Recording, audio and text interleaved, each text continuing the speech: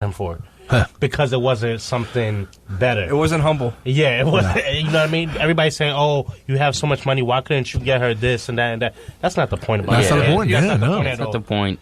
For those that don't know, Kendrick Lamar released a single this year called "Humble." That's what he got it. Yeah, a big hit. So, you know. 516-572-7440. That's your two-way sports talk connection. Give us a call, 516-572-7440.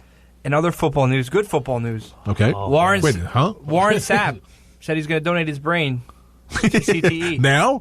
Yeah. Well, no, but after he passes. Yeah. So more and more players are coming out saying we want to donate. You know, it's not the thing about football though is these guys didn't start getting concussions when they played in the pros. They were playing at kindergarten. It's been happening. Pee-wee football. Pee-wee football. The Little Giants. Yeah. Exactly, the Little Giants. You know, they've been playing. So to quantify and be like, it's happened in the NFL. It didn't. It happened when they were pee-wees. And that was before they had the weight limits. Because even when I was a kid, if you were too heavy, you couldn't play. Yeah, that's right. Yeah, or they would average it out on your team. Like they'd be like, okay, so you always have a lighter kid, and like, or if you were heavy, you'd play with the older kids. And they would make you go on the scale. Yep. On the for field. every game on the field. Yeah. Yep. So do they do that in high school now still, or no? No, high school is the great equalizer because you're in high school. You're supposed to be all Middle school, I think they do that. And high school does everything about. All over, but Long Island high school sports in particular, Class C, Class B, Class A, it goes by the number of kids in your school, which I always find interesting because you could just happen to have a bumper crop of really good kids, and you're in Class C, like Carl Place or something. Page. The Eagles. But they have a great coach. Howie Vogts was a great coach. But if you win, you should be able to go higher. I always wanted that. Yeah, if you win, you should be able to go higher. Trust me, I know the difference. Like, I went to Flushing, which was a big school, but football team-wise, the most players I ever had on my team, I would say, is probably maybe 35, 40 in the season. When we used to go against Abraham Lincoln and Tottenville Curtis High School, 100 kids on the sideline, 100 kids, and it's just like, wow, that's beautiful. Yeah, that's a team over there. That kind of depth. Yeah. But, how many buses? Yeah. Or do they take the subway at that point?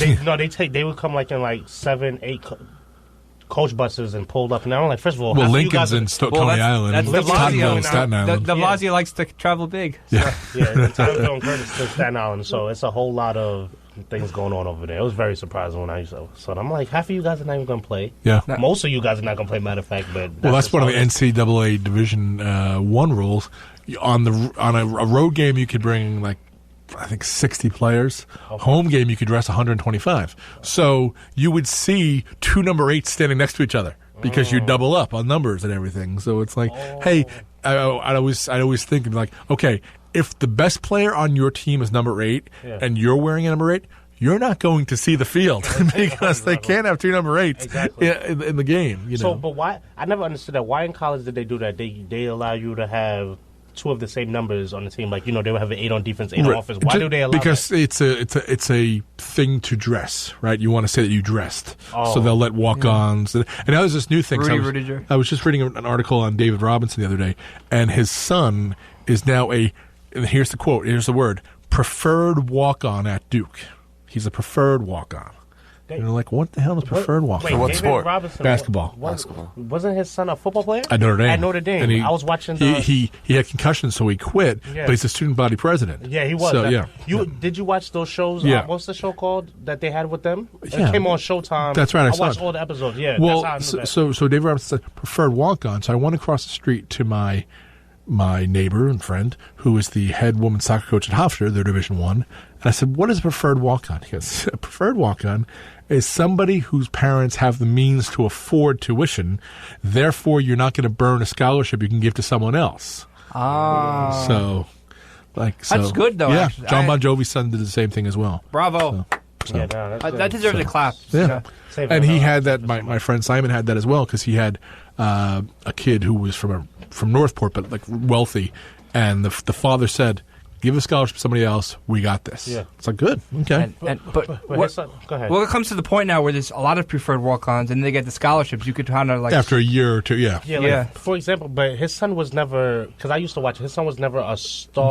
Robinson's son? Robinson. Oh, he was. He was a tight end. He was really good. He was really good? He was really good. He would have been 6'5". He would have been he would have been a pro. Yeah, Okay. He had hands like he wouldn't believe, and he was really good. He was always open. Will Fuller, the now Texans, he was pretty good when he was there. Will too. Fuller had the worst hands of anybody I've ever seen, any wide receiver I've ever seen in college. And then when he was drafted in the pros, and I was watching a playoff game this year, and they threw the ball to Will Fuller, he's going to drop it, and he drops it. Yeah. The worst hands I've ever seen in anybody. His hands are horrible. Hands of stone. And then Snoop Dogg's son, I heard he did go He back. left. I heard he left, but he came back. Because you also had Justin Combs, who was Sean's son. Yeah. And he was with USC or UCLA? UCLA. UCLA, yeah. He was, but I think he left. And Snoop Dogg's kid was really good. No, yeah, he was. He was like a top. He was out of 10, Vegas or something. I think they had him like some Vegas Catholic school or something. They went to Bishop Gordon. Okay. That big football school. Right, Where you go into the Division I if you go there. Yeah. So. And then the UFC president, his son was like, they was best friends. His son was the strong safety of that team that same year, I think, too. Yeah. Interesting. Yeah, look up, find out what's going on with Snoop Dogg's son. But it's interesting when you see these famous like Julia Louis-Dreyfus. Her son was at Northwestern basketball this year, so and she was in the crowd. And for the first time ever, Northwestern made the big dance. Imagine that! They're a Big Ten school, and they had never made the March Madness ever before this year. Without going Union. Yeah, without going. Yeah. This is my first time watching a college. My first year, I fully tried as much as I could to watch a college baseball series.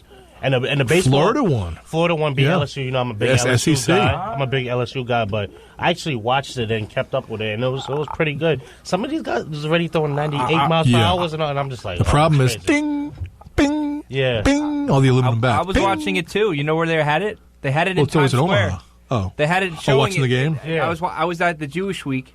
Hanging out at the office of the Jewish Week. Okay, that was entirely random, but okay. It overlooks that big ABC billboard, you know. Right. And they play the NBA Finals on there. They play, and for some reason they had just standing out there watching. Well, ESPN's an ABC property. Yeah, so they play big sporting events, and obviously to them that was a big sporting event. I want to know what was going on Jewish Week.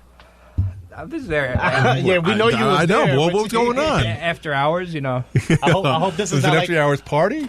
Yeah. Well, we went out after, you know. Like, Chris, we can't get too hype. You remember the story he was telling last week about the hotel that we thought was going to be amazing? No. We don't want to get our hopes up now. The Mike Bossy story. Yeah. That's what it turned out to be, but we didn't think that, you know.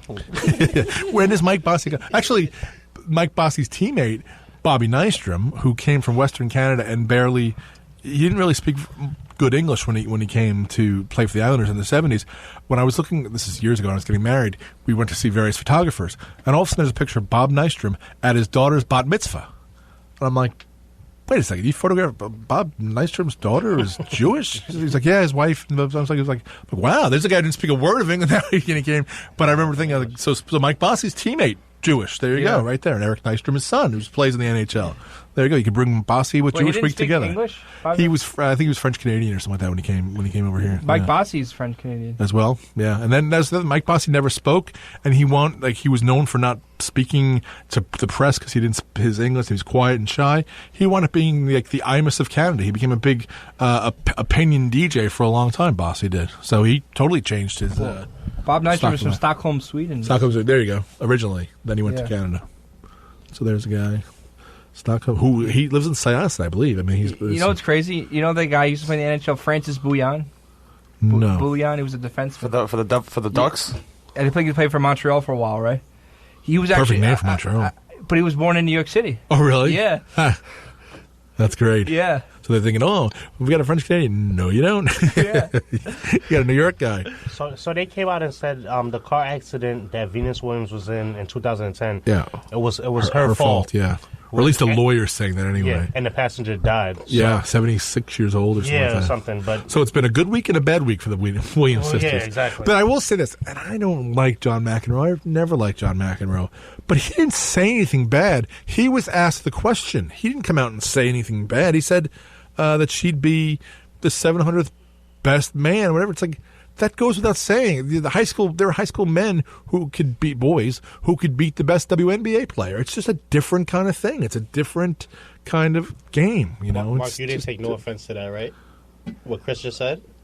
Oh, that. Yeah, because I know how you love your women's soccer. Yeah. And all of that. I hope you didn't take any offense to that. That was just that professor you had.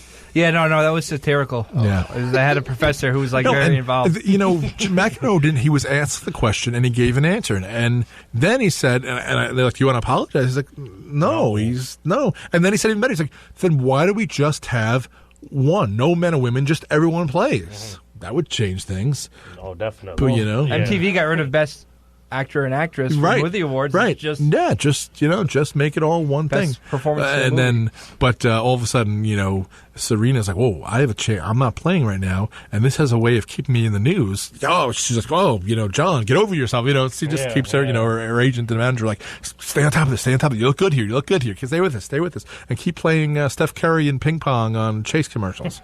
I was in Chase today, and that commercial was on a loop, nonstop loop. I was like, "Oh, okay." You know, you were in Chase. I was at Chase. Any particular branch? Seaford, Massapequa, one of those. No, I got out of the blue today. The doorbell rings at like 9:30, and it's, I don't know if it was my wife at the door, if it was UPS or if it was the United States Postal Service, whatever it is. And it's a big envelope, and we open up. It's got a check inside, and it says recording refund. So it was our escrow. We refinanced our house in February of 2016, and here's the refund for the they overcharged us in February of 2016. It's like, great, okay, terrific. So you held that, you know, that's great. You ever check New York State unclaimed funds? Right? Yeah. Yes, I have. Yeah. No, there's no unclaimed funds for me. I don't let anything go. I got one a week ago. Oh, did you? Yeah. Nice. From the Amway Corporation. Amway didn't claim the funds back. I used an address. Oh, okay. That I didn't use anymore. What did you buy from Amway? No, I was a seller. Really? Yeah. Wow. What level of the pyramid were you at? Obviously. Now, which team in the NBA is owned by Amway? Orlando. That's right. Hence, she's also the Secretary of Education, Betsy DeVos, the DeVos family, which I always love. If you ever go, I know we don't have any. We got some Mets fans here. If you go built into Citi Field, you know there's an Amway there. Yeah, store. And it's like, you know, this is a team that fell victim to pyramid schemes. Madoff. There was one before that called, it was Rodriguez or Perez. It was a different Madoff. Before Madoff, they fell victim to. It's like, and they've got Amway in Citi Field. Do they just love pyramid schemes? What's going on? Isn't there like nonprofit or Sterling Equities? Is that them? Sterling Equities is not nonprofit. Yeah. Sterling Equities is the people who build, is their construction arm.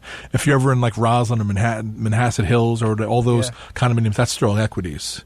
And that involves the brother-in-law, Saul Katz. They leave a lot of political donations. Yeah, they do. Well, you have to in construction. Yeah, to both sides. You got to make sure you're donating to both sides. 516-572-7440. 516-572-7440. That's the number to call. We'd love to hear from you. This is Sports Talk every Thursday evening, 9 p.m. to 11 p.m. right here on 90.3 WHPC. Mark, Cameron, Adam, Tristan, and I'm Chris. We thank you so much for lending us yours. 516-572-7440. I know we can't be too happy yet, but how do you guys feel about the Mets, how they're playing so far? They're winning tonight. I like Seth Lugo. They said they're up to trading anybody, though. Yeah. Well, you know, they swept the Giants, which was big. Everyone's been doing the Giants. I think the five of us could beat the Giants. Yeah. Exactly. They are really bad. And if you look at Bruce Bochy's record as the manager there, he's got 3 World Series, but he's still got it was only 7 games over 500 over his career in San Francisco. So when they win, they win, and when they're bad, they're bad. That's like the guy in the NBA who has the most wins and losses, the same person. Well, that means you're doing well. Lenny Wilkens. Oh yeah, well, it means you're doing well. But no, the Mets. I remember you guys was telling me before. Do you still feel comfortable with trading Jay Bruce? I think about that all the time. You kind of have. You kind of have to. Yeah. Give the other guys the chance, Nimmo. Yeah. You kind of have to. I don't know. Nimmo's not good. There's a guy who never. But he from tries. Wyoming it's great.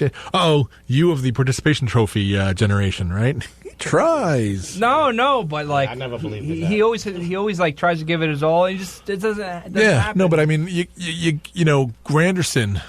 They should just play Granderson from June on because he's horrible in April and May. But June on, he's phenomenal. He likes when the weather gets warmer, basically. But you can't really Granderson normally plays right field. Yeah, he plays right, but he's been forced to playing center. Yeah, because that's what Cespedes can't play center anymore. And then Bruce is on the other side. Right. But you can't really give up on Conforto's. Conforto's great. Conforto's the future. Exactly. Conforto was Conforto was phenomenal. So at least Conforto's a can't miss. Yeah, exactly. So that